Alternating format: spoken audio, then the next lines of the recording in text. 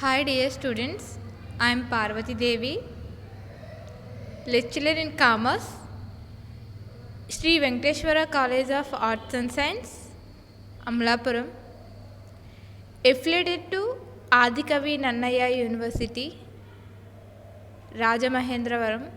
Okay, now we have discussed topic third year, 6th semester auditing paper.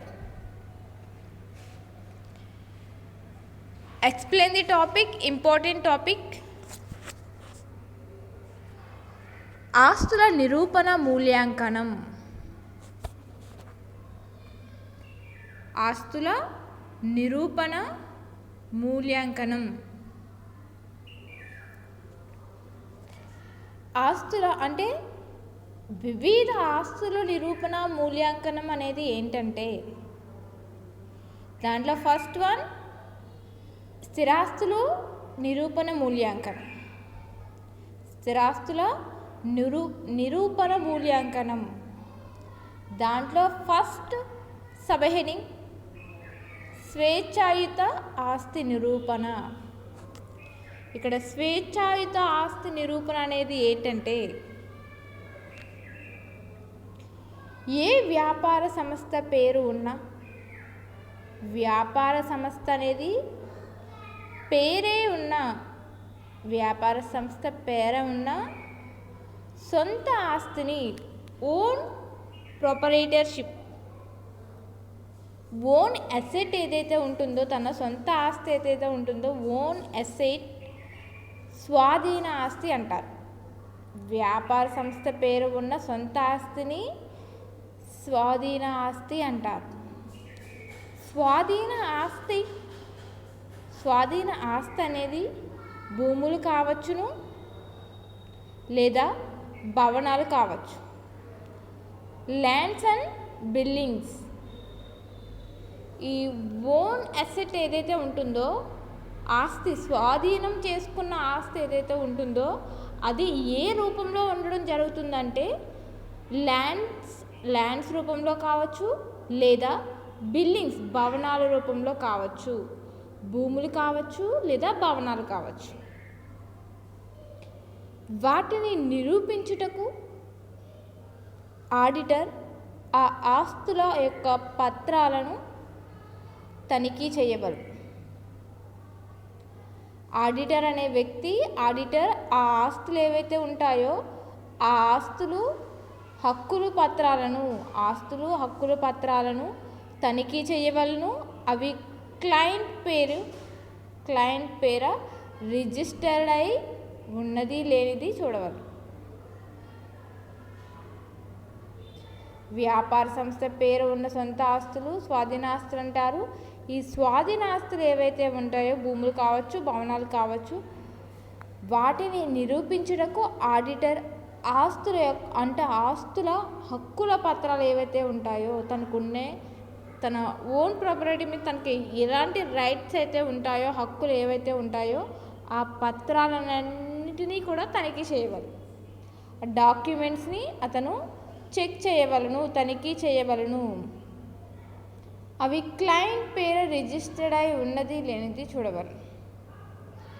Client ఎవరైతే ఉంటారో అవి client పేర register ఉన్నది లేనిది కూడా చూడవలను. నెక్స్ట్ మూల్యాంకనం అనేది భూములు భవనాలు వేరెవరు ఖాతాలకు తెరిచేటట్లు చూడవాలి.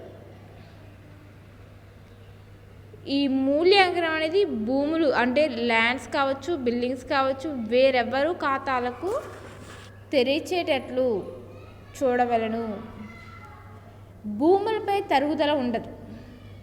అంటే ఇక్కడ ల్యాండ్స్ ఏవైతే ఉంటాయో ఆ ల్యాండ్స్పై తరుగుదల అనేది ఉండదు, డిప్రిషియేషన్ అనేది ఉండదు. కానీ భవనాలపై తరుగుదల ఉంటుంది. భూమిపై ఎటువంటి తరుగుదల అనేది ఉండదు. కాకపోతే బిల్డింగ్స్ ఏవైతే ఉంటాయో దానిపై తరుగుదల అనేది ఉంటుంది. భూములు భవనాలు స్థిరాస్తి భవనాలు అనేవి స్థిరాస్తి. భవనాలు అసలు ధర నుంచి తరుగుదలను తీసివేసి ఆస్తి అప్పుల పట్టికలో చూడవలెను. భూమి భవనాలు అనేవి స్థిరాస్తి కాబట్టి భవనాలు అసలు ధర నుంచి తరుగుదలను తీసేసి ఆస్తి అప్పుల పట్టిలో చూపవలెను. నెక్స్ట్ వన్, కౌలుదారి ఆస్తి నిరూపణ. కౌలుదారి ఆస్తి నిరూపణ అనేది ఏ వ్యాపార సంస్థ అయినా ఏదైనా ఆస్తిని కొంతకాలం వరకు కౌలుకు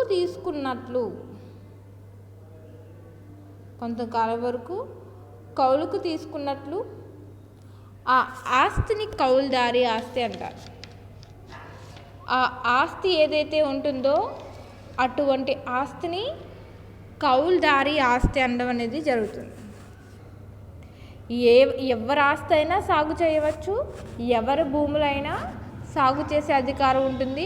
అటువంటి భూములను తీసుకున్నట్లయితే ఒకరు అంటే యజమాని భూమిని వేరొక వ్యక్తి వచ్చి తన భూమిని సాగు చేయడానికి తీసుకున్నట్లయితే అటువంటి భూములు ల్యాండ్స్ ఏవైతే ఉంటాయో అటువంటి ల్యాండ్స్ని కౌలుదారి భూములు అంటారు, కౌలుదారి అంటారు.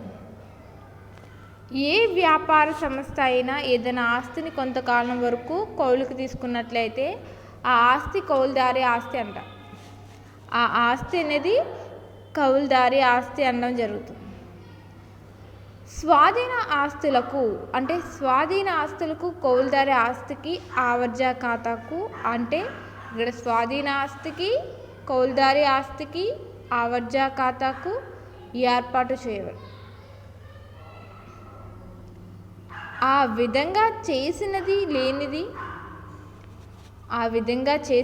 లేనిది ఆడిటర్ పరిశీలించవలెను. కౌలు అగ్రిమెంట్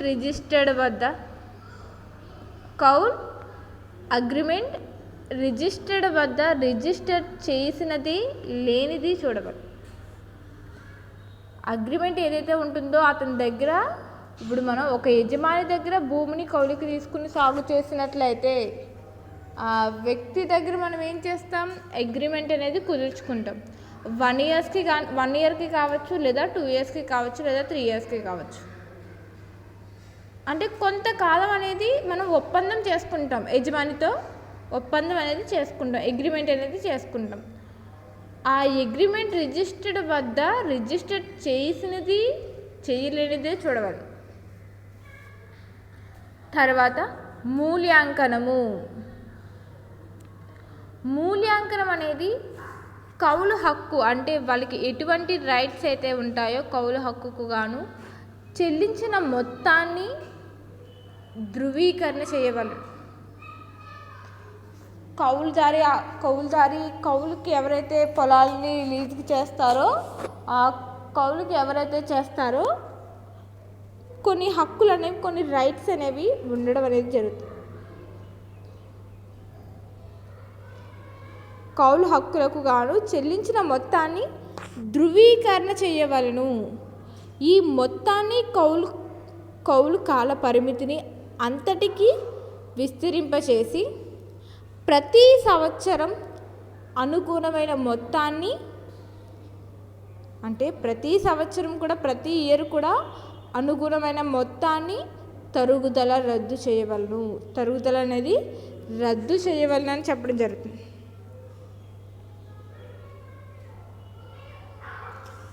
నెక్స్ట్ వన్ ఏంటంటే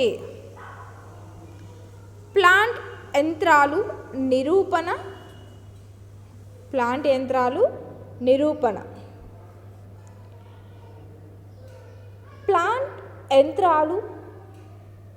ప్లాంట్ అండ్ మిషనరీ. ఈ ప్లాంట్ యంత్రాలు ఏవైతే ఉంటాయో స్థిరాస్తులు, ప్లాంట్ యంత్రాలు అనేవి స్థిరాస్తులు.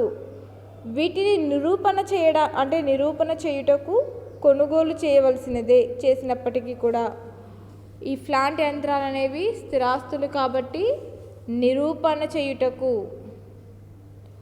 కొనుగోలు చేసినప్పటికీ ఇన్వాయిస్ ఏదైతే ఉంటుందో ఇన్వాయిస్లను ఉత్తర ప్రత్యుత్తరాలను పరీక్షించవలను. ప్లాంట్ రిజిస్టర్ను చూసి ప్లాంట్ ఖరీదును, ప్లాంట్ అమ్మకాలు లేక కొనుగోలు మార్చవలను. అంటే కొనుగోలు వివరాలను, వాటి సరఫరాదారుల పేర్లను, తరుగుదల రేట్లు మొదలైన వివరాలు ఏవైతే ఉంటాయో తెలుసుకొనవలను. ఇక్కడ ప్లాంట్ మరియు యంత్రాలు నిరూపణ అనేది ఇవి స్థిరాస్తులు. ప్లాంట్ యంత్రాలు అంటే ప్లాంట్ అండ్ మిషనరీ అనేది ఫిక్స్డ్ అసెట్స్ అని చెప్పచ్చు. వీటిని నిరుపయోగం అంటే నిరూపణ చేయుటకు కొనుగోలు చేసినప్పటికీ అంటే పర్చేజెస్ చేసినప్పటికీ ఇన్వాయిస్లను ఉత్తర ప్రత్యుత్తరాలు ఏవైతే ఉంటాయో వాటిని పరీక్షించవలను. ఉత్తర ప్రత్యుత్తరాలని పరీక్షించవలను.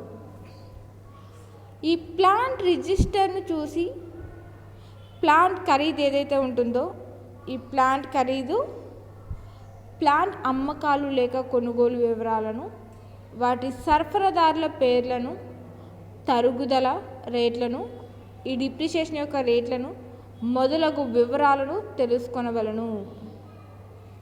నెక్స్ట్ వన్ వచ్చేసరికి అద్దె కొనుగోలు పద్ధతి. అద్దె కొనుగోలు పద్ధతి. ఈ అద్దె కొనుగోలు పద్ధతి అనేది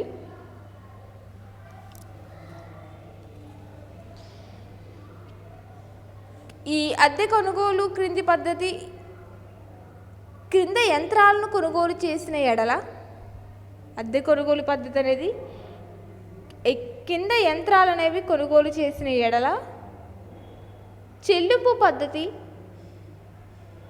పే ప్రాసెస్, పేబుల్ ప్రాసెస్, వాయిదా మొత్తం, చెల్లింపు పద్ధతి, వాయిదాల మొత్తం, వాయిదాల సంఖ్య, వడ్డీ ఇంట్రెస్ట్ సంఖ్య, వడ్డీ రేటు, అలాగే నగదు ధర మొదలగు వివరాలను తెలుసుకొనుటకు ఆడిటర్ అద్దె కొనుగోలు ఒప్పందాన్ని అధ్యయనం చేయవలను. తెలుసుకొనుటకు ఆడిటర్ అద్దె కొనుగోలు ఒప్పందాన్ని అధ్యయనం చేయవలనని చెప్పడం జరుగుతుంది. మూల్యాంకనం ఏదైతే ఉంటుందో మూల్యాంకనము ప్లాంట్ యంత్రాలు స్థిరాస్తి కనుక ఈ ప్లాంట్ యంత్రాలు అనేది ఫిక్స్డ్ అసెట్స్ కనుక స్థిరాస్తి కనుక ధరలో మార్పులను లెక్కలోనికి తీసుకోవలను. స్థిరాస్తి కనుక ధరలలో మార్పులను లెక్కలోనికి తీసుకొనవసరము లేదు అని చెప్పచ్చు. ఆస్తి అప్పుల పట్టీలో ఈ బ్యాలెన్స్ షీట్లో ఆస్తి అప్పుల పట్టీలో దీని అసలు ధరను రాసి దాని నుంచి అప్పటి వరకు రద్దు చేసిన మొత్తం తరుగుదలను తీసివేసి చూపగలరు. ఈ ప్లాంట్ యంత్రాలు అనేవి ఈ స్థిరాస్తులు కనుక కాబట్టి స్థిరాస్తి కనుక ధరలో మార్పులు ఏమైనా ఉంటే చేంజెస్ ఏమైనా ఉంటే లెక్కలోనికి తీసుకొనవలను. అలాగే ఈ ఆస్తి ఏదైతే ఉంటుందో ఆస్తి అప్పుల పట్టిలో దీని అసలు ధరను రాసి దాని నుంచి అప్పటి వరకు రద్దు చేసిన మొత్తం తరుగుదలను అప్పటి వరకు రద్దు చేసిన మొత్తం తరుగుదల ఏదైతే ఉంటుందో ఆ తరుగుదల అనేది తీసివేసి చూపవాలని చెప్పడం జరుగుతుంది. అలాగే ఫర్నిచర్ బిగింపుల నిరూపణ. బిగింపు ఫర్నిచర్ అనేది బిగింపుల నిరూపణ అని చెప్పచ్చు. ఈ రెండిటిని ఒకే ఆస్తిగా చూపించడం జరుగుతుంది. ఈ రెండింటిని ఒకే ఆస్తిగా చూపించడం అనేది జరుగుతుంది. ఫర్నిచర్ తేలికగా ఒక చోట నుండి మరొక చోటకి తీసుకోకపోవచ్చు. ఒక చోట నుండి మరొక చోటికి తీసుకుపోవచ్చును. ఈ ఫర్నిచర్ బిగింపులు నిరూపణ అనేది ఎలా ఉంటుందంటే ఈ రెండింటి ఒకే ఆస్తిగా చూపడం జరుగుతుంది, కానీ ఫర్నిచర్ తేలికగా అంటే ఫర్నిచర్ని చాలా తేలికగా మనం ఒక చోటు నుండి మరొక చోటుకి ఫర్నిచర్ అనేది సాధారణంగా మార్చుకోవచ్చు, అలాగే అది ఒక రీప్లేస్ కూడా చేసుకోవచ్చు, ఒక చోటు నుండి మరొక చోటుకి తీసుకుపోవడానికి అవకాశం కూడా ఉంటుంది, అవకాశం ఉండేలా ఫర్నిచర్ ఉంటుంది. ఫర్నిచర్ అనగా కుర్చీలు, బల్లలు మొదలైనవి. ఫర్నిచర్ అనగా కుర్చీలు, బల్లలు మొదలైనవి. వీటిని నిరూపణ చేయుటకు విక్రేతల నుంచి వచ్చిన ఇన్వాయిస్ను ఫర్నిచర్ రిజిస్టర్ తనిఖీ చేయవలను. ఫర్నిచర్ రిజిస్టర్ తనిఖీ చేయవలను. మూల్యాంకనము. ఇవి స్థిరాస్తులు కనుక ధరలో మార్పులను లెక్కలోనికి తీసుకోరాదు. మూల్యాంకనం అనేది ఎలా ఉంటుందంటే ఇవి స్థిరాస్తులు కనుక ధరలలో లెక్కలోనికి తీసుకోరాదు. ఆస్తి అప్పుల పట్టి ఏదైతే ఉంటుందో బ్యాలెన్స్ షీట్లో అనుబంధ ధర మూల్యాంకనం అనేది ఎలా ఉంటుంది, ఇవి స్థిరాస్తులు కనుక ధరలలో మార్పులు చేంజెస్ ఏమైనా ఉంటే లెక్కలోనికి తీసుకోకూడదు. ఆస్తి అప్పుల పట్టి ఏదైతే ఉంటుందో బ్యాలెన్స్ షీట్లో అసలు ధర రాసి తరుగుదలను తీసివేసి చూపవాలి. అసలు అంటే దాని ప్రైజ్, ఒరిజినల్ ప్రైజ్ ఏదైతే ఉంటుందో అసలు ధరను రాసి తరుగుదలను తీసివేసి చూపవాలని చెప్పడం జరుగుతుంది. నెక్స్ట్ వన్, చరాస్తుల నిరూపణ మూల్యాంకనం అనేది. ఆస్తి అప్పుల పట్టి తేదీ ఆడిటర్ సంస్థకు సందర్శించి నగదు చిట్టా ప్రకారం చేతిలో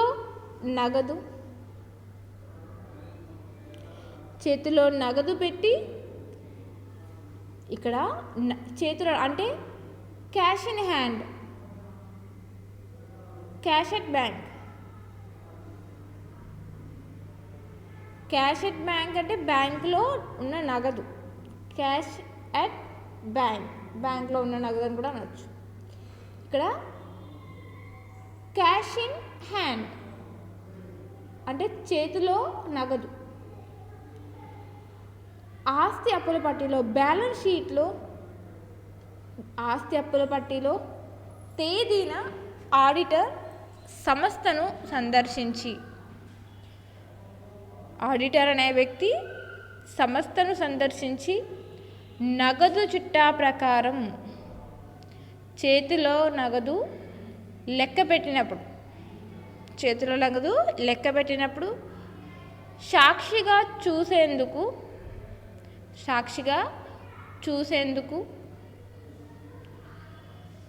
షరబును హాజరు కావాల్సినదిగా కోరవలను. ఈ షరబు ఏదైతే ఉంటుందో షరబును హాజరు కావాల్సినదిగా కోరవలనని చెప్పడం జరుగుతుంది. స్వల్ప నగదును కానీ చేతిలో నగదును కానీ అన్నింటినీ ఒకసారి హాజరు పెట్టాల్సినదిగా ఆడిటర్ కోరవలను. ఆడిటర్ సంస్థను ఆస్తి అప్పుల పట్టి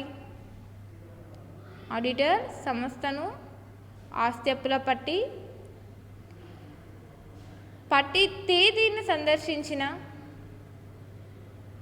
అన్నింటినీ ఒకసారి హాజరు పెట్టవలసిందిగా ఆడిటర్ కోరవలను. ఆడిటర్ సంస్థను ఆస్తి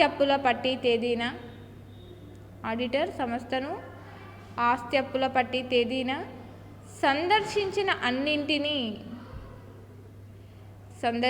అన్నింటినీ ఒకసారి హాజరు పెట్టవలసిందిగా ఆడిటర్ కోరవలను.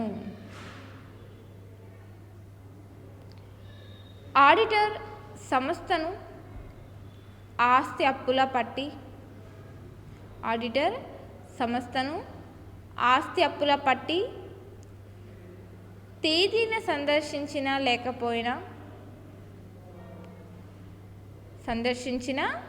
లేకపోయినా ఎడల తాను వచ్చిన తేదీ వరకు నగదు వ్యవహారాలను వోచింగ్ చేసి, అంటే వోచింగ్ అనేది ఏంటంటే పత్రసహిత సాక్ష్యాధారం ఉన్నటువంటి వోచింగ్ చేసి తేదీన ఉన్న నగదు నిల్వను లెక్క చూసి నిరూపణ చేయవలను.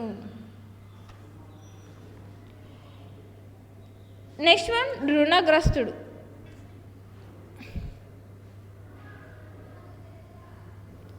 ఇక్కడ రుణగ్రస్తుడు ఏంటంటే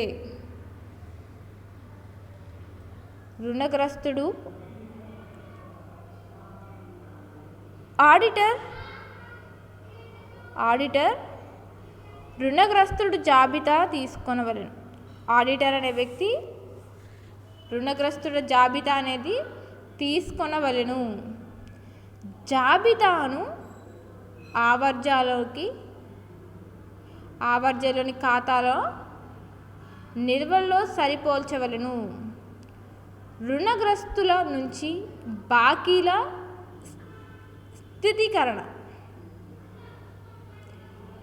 స్థితీకరణ నివేదికను తెప్పించి జాబితాలలోని నిల్వలో సరిపోల్చవలెను. 6 నెలల మించిన బాకీలను మిగతా బాకీల నుండి విడదీసి చూపవలెను. 6 నెలల మించిన బాకీలను మిగతా బాకీల నుండి విడదీసి చూపవలనని చెప్పడం జరుగుతుంది. ఇక్కడ ట్రెజరీ బిల్లులు. ఈ ట్రెజరీ బిల్లులు ఎవరి దగ్గర ఉంటే వారికి సొమ్ము చెల్లిస్తారు.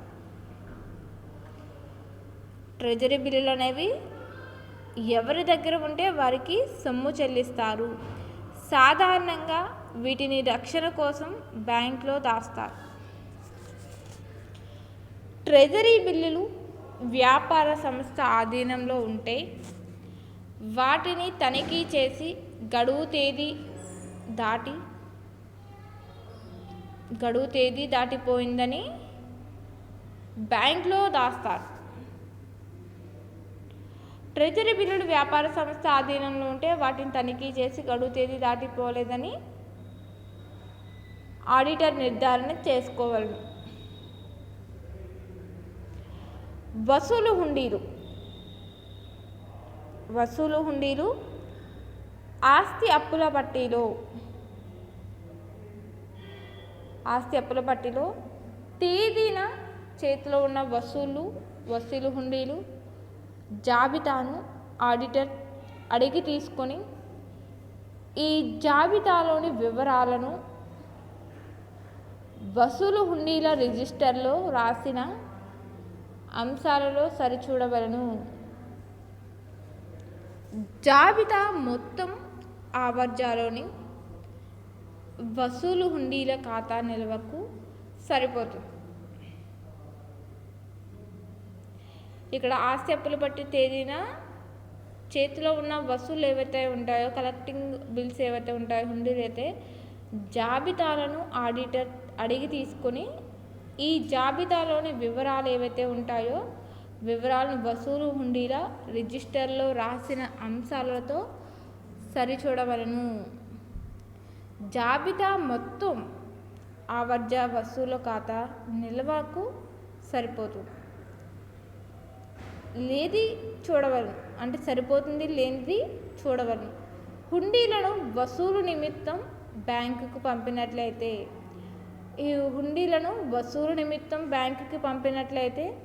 వాటి విషయమై బ్యాంక్ నుండి సర్టిఫికేట్ పొందవలను. వాటి విషయం ఏదైతే ఉంటుందో బ్యాంక్ నుండి సర్టిఫికేట్ అనేది పొందవలను. ఇక్కడ 5th వన్ వచ్చేసరికి బేరర్ బాండ్లు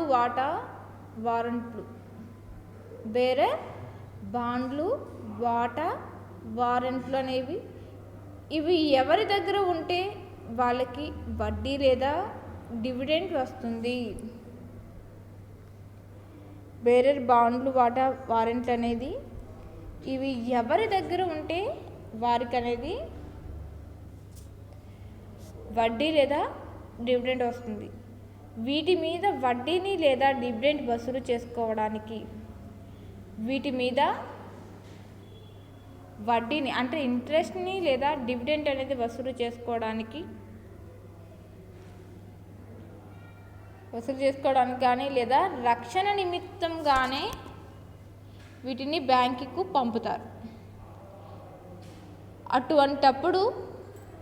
అటువంటప్పుడు ఈ విషయాన్ని తెలియజేసే సర్టిఫికెట్ను బ్యాంకు నుండి ఆడిటర్ పొందవలెను. విడి పనిముట్లు. చిన్న పనిముట్లు,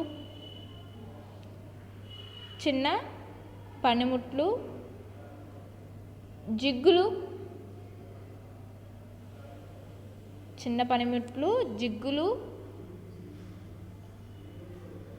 రెంచులు, సుత్తి మొదలగునవి విడి పనిముట్లకు ఉదాహరణ. విడి పనిముట్లకు చరాస్తులతో చూపవలెను. కొన్ని పనిముట్లు త్వరగా నిరుపయోగమవుతాయి. సంవత్సరాంతాన విడి పనిముట్లను పునర్మూల్యాంకనం చేయవలెను.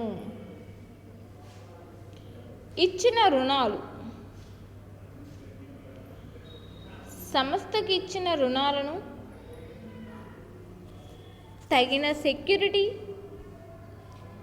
ఉన్నది లేనిది ఆడిటర్ పరిశీలించవలెను. ఉన్నది లేనిది ఆడిటర్ అనేవాడు పరిశీలించవలెను. కంపెనీ విషయం అయితే రుణగ్రస్తునిచే అధికారం కంపెనీ ఉన్నది లేనిది నియమావళిని పరిశీలించి తీసుకోవలను. కంపెనీ డైరెక్టర్లు ఎవరైతే ఉంటారో కంపెనీ డైరెక్టర్లకు ఇచ్చిన రుణాలను ఆస్తి అప్పుల పట్టికలో ఇచ్చిన రుణాలు ఏవైతే ఉంటాయో అవి బ్యాలెన్స్ షీట్ అంటే ఆస్తి అప్పుల పట్టికలో ప్రత్యేకంగా చూడవలెను.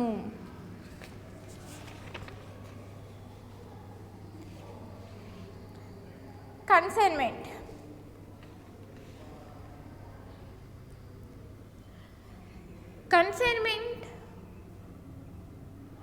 ముగింపు సరుకు. కన్సైనీకి సరుకులు పంపినప్పుడు సంవత్సరం చివరిలో అమ్ముడుపోయే సరుకును నిరూపణ చేయుటకు కన్సైనియే నుంచి సర్టిఫికెట్ను తీసుకొనవలెను. ఇక్కడ కన్సైన్మెంట్ అంటే ఏంటంటే ముగింపు సరుకు ఏదైతే క్లోజింగ్ స్టాక్ ఏదైతే ఉంటుందో కన్సైనీ సరుకును పంపినప్పుడు అంటే క్లోజింగ్ స్టాక్ కన్సైనీకి సరుకును పంపినప్పుడు ఈ స్టాక్ను పంపినప్పుడు డిస్ట్రిబ్యూట్ చేసినప్పుడు సంవత్సరం చివరిలో అమ్ముడుపోయే సరుకును నిరూపణ చేయుటకు కన్సైనీ నుంచి సర్టిఫికెట్ను తీసుకొనవలెను. కన్సైనీ దగ్గర అమ్మడానికి సరుకును విలువ కట్టేటప్పుడు సరుకును కన్సైనీ పంపేటప్పుడు పెట్టిన ఖర్చులలో సరైన భాగాన్ని సరుకు విలువకు కలుపవలెను. అమ్మకం ఖర్చులను సరుకు విలువకు కలపకూడదు. ఇక్కడ 9th వచ్చేసరికి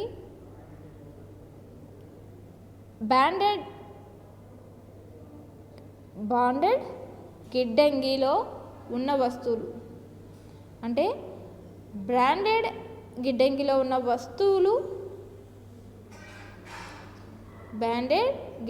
ఉన్న వస్తువులను నిరూపణ చేయుటకు గిడ్డంగులకు సంబంధించిన వారెంట్లలో తనిఖీ చేయవలెను. ఇక్కడ బ్రాండెడ్ గిడ్డంగులు ఏవైతే ఉంటాయో సరుకును నిల్వ చేయడానికి ఈ గిడ్డంగులు అంటే గోడౌన్స్ టైప్లో ఉన్న ప్రొడక్ట్స్కి సంబంధించి నిరుపయోగన చేయుటకు ఈ గోడౌన్కి సంబంధించి వారెంట్లతో తనిఖీ అనేది చేయవలెను. నెక్స్ట్ వన్ ముగింపు సరుకు నిరూపణ, క్లోజింగ్ స్టాక్ నిరూపణ.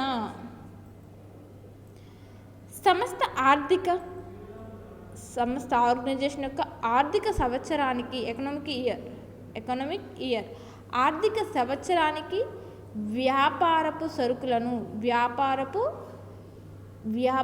సరుకును ఏదైతే ఉంటుందో లెక్క కట్టుటకు ముగింపు సరుకుని ప్రతి అంశమును చూసి ఆ అంశం పేరును పరిమాణాన్ని కాగితాల మీద వ్రాస్తారు. వాటిని ముగింపు సరుకు జాబితాలు అంటారు. ముగింపు సరుకు అనేది ఎలా ఉంటుందంటే, ముగింపు సరుకు నిరూపణ అనేది ఎలా ఉంటుందంటే, ప్రతి ఆర్థిక సంవత్సరానికి సంబంధించి ఎకనామిక్ ఇయర్ సంబంధించి వ్యాపారపు సరుకును లెక్క కట్టుటకు ముగింపు సరుకుల్లోని క్లోజింగ్ స్టాక్లోని ప్రతి అంశంను చూసి ఆ అంశం పేరును పరిమాణాన్ని కాగితాల మీద వ్రాస్తారు. వాటిని ముగింపు సరుకు జాబితాలు అంటారు.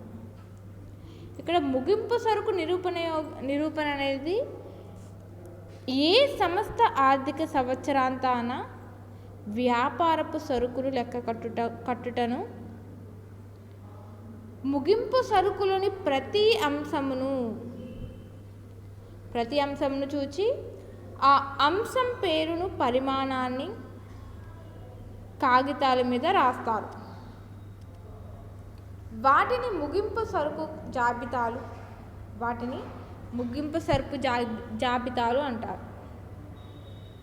ముగింపు సరుకు వాటిని ఏమంటారంటే ముగింపు సరుకు జాబితాలు అనడం జరుగుతాయి. అంటే లాభ నష్టాల ఖాతా యథార్థత ముగింపు సరుకు, లాభ నష్టాల ఖాతా యథార్థత ముగింపు సరుకు విలువ మీద ఆధారపడి ఉంటుంది.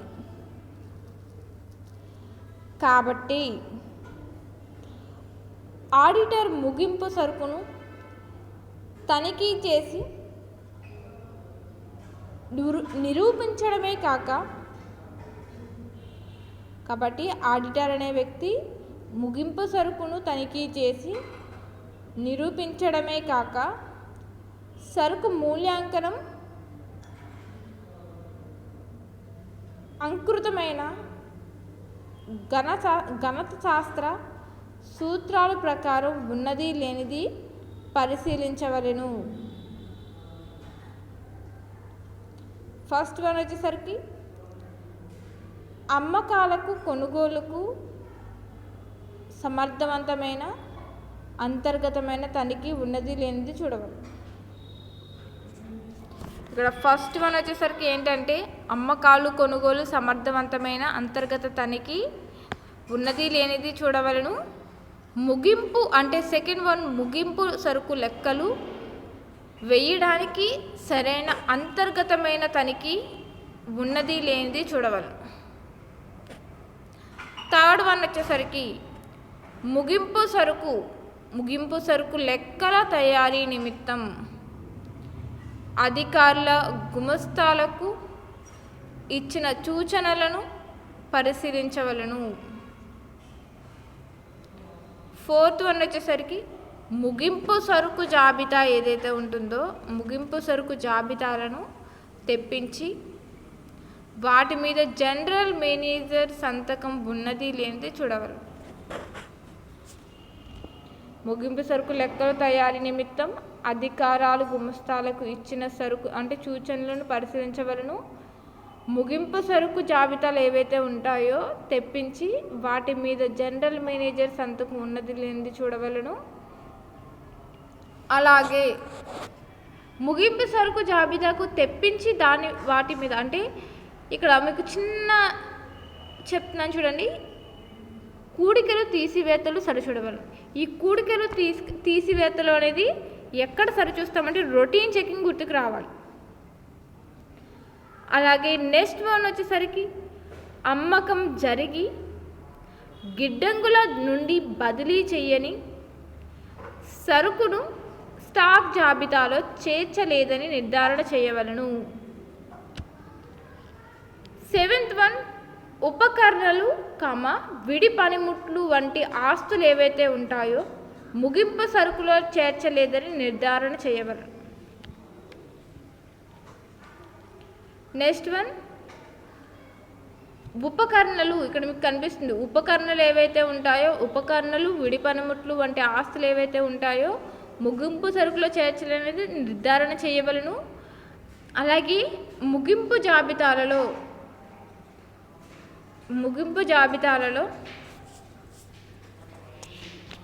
many more happens qualify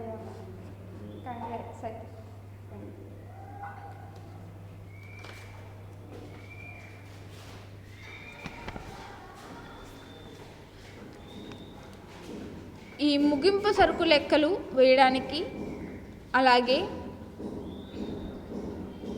ఈ ఉపకరణలు ఏవైతే ఉంటాయో ఈ ఉపకరణలను కూడా ముగింపు ఉపకరణలు, విడి పనిముట్లు వంటి ఆస్తులు ముగింపు సరుకులతో చేర్చలేదని నిర్ధారణ చేయవలెను. అమ్మకము లేదా వాపస్ పద్ధతిలో పంపిన సరుకు ఏదైతే ఉంటుందో గురించి జాగ్రత్తగా పరిశీలించవలెను. అమ్మకము గాని సరుకును మాత్రమే నిల్వలో చూడవలెను. మూల్యాంకనం అనేది ఫస్ట్ వన్, ఏ ముగింపు సరుకు మూల్యాంకన విషయంలో ఆడిటర్ కింద కర్తవ్యాలు నిర్వహించవలెను. ముగింపు సరుకు మూల్యాంకనం ఏదైతే ఉంటుందో విషయంలో ఆడిటర్ క్రింద కర్తవ్యాలు అనేది నిర్వహించవలెను. అలాగే మూల్యాంకనం విషయంలో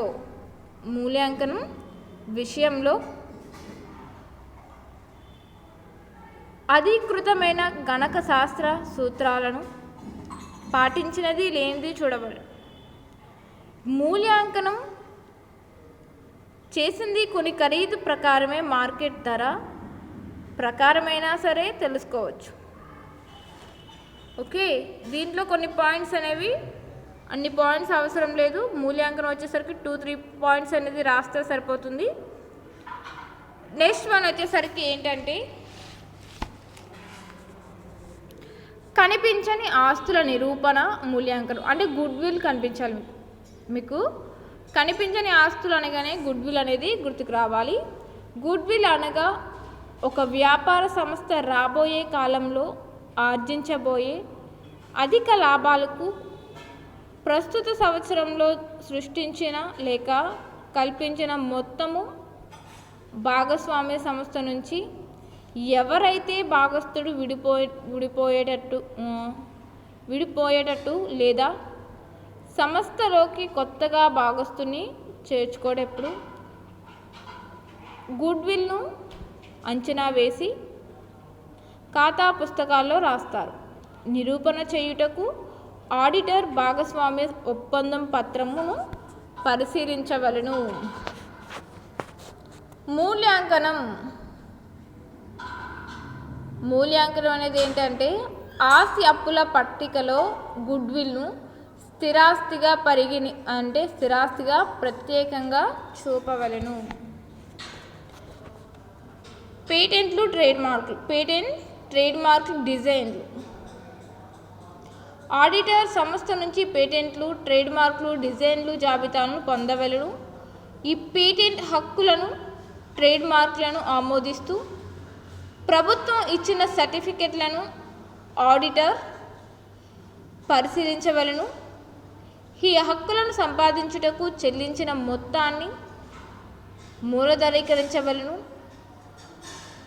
కాలగమనం వల్ల ఫ్యాషన్లు మారడం వల్ల పేటెంట్లు వంటి ఆస్తులు విలువను కోల్పోతాయి. కాబట్టి ఆస్తి అప్పుల పట్టిలో వాటి పునర్మూల్యాంకనం చేసి తరుగుదలను తీసివేసి చూడవాలి. కాపీ రైట్స్ అనేవి ఒక పుస్తకానికి కానీ రచనను కానీ ప్రచురించడానికి ఉండే సర్వాధికారాన్ని కాపీరైట్ అంటారు. 1957 ప్రకారం కాపీరైట్ చట్టం కాపీరైట్ రచయిత జీవిత కాలాంతరము మరణించిన తర్వాత 50 సంవత్సరాల వరకు కూడా దీన్ని అలాగే కొనసాగించడం అనేది జరిగింది. Okay, most important question.